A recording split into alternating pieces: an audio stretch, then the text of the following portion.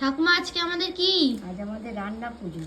ঠাকুমা যেমনটা বললো আজকে আমাদের হলো রান্না পুজো হয়েছে কাল রাতে, আর আজকে হলো আমাদের পান্না। ঠাম্মা এখানে সব শাক সবজি কাটাকুটি করছে, কারণ আজকে আমাদের মাছের ঝাল আর শাক চচ্চড়ি হবে। আর বাকি রান্না তো কাল রাতেই হয়ে গেছে। আর এখানে মা আমাকে বলেছে ইলিশ মাছগুলো ধুয়ে ভাজা করার জন্য। আর সেই সঙ্গে আজকে তো ছিল রাধা অষ্টমী, তাই আমার মিষ্টি রাধাকে খুব সুন্দর করে সাজিয়ে দিয়েছি। কেমন লাগছে এদের দুজনকে অবশ্যই কমেন্টে জানিও। তারপর বসলাম খেতে। চলো কি কি রান্না হয়েছে তোমাদের সাথে শেয়ার করি। প্রথমেই তো ছিল ভাত, বেগুন ভাজা, আলু ভাজা, কুমড়ো ভাজা, চিচিঙ্গা ভাজা, করলা ভাজা, পটল ভাজা, কাঁচকলা ভাজা, নারকেল ভাজা, ওলের ফুরুলি এবং মাছের ঝাল, তার সঙ্গে শাক চচ্চড়ি। আর ছিল ইলিশ মাছের ঝোল। তোমরা কে কে ইলিশ মাছ খেতে ভালোবাসো বলো তো? তারপর সবকিছু খাওয়া কমপ্লিট করে দুপুরের ভাত ঘুম দিয়ে বিকেলের দিকে বেরিয়েছিলাম মায়ের মন্দিরে। আর দেখো এই নীল রঙের শাড়িটা পরে মাকে কি সুন্দর দেখতে লাগছে। তারপর ফুচকা খেয়ে বাড়ি চলে এলাম। আজকের মতো আসি, দেখা হচ্ছে নেক্সট ভিডিওতে। বাই।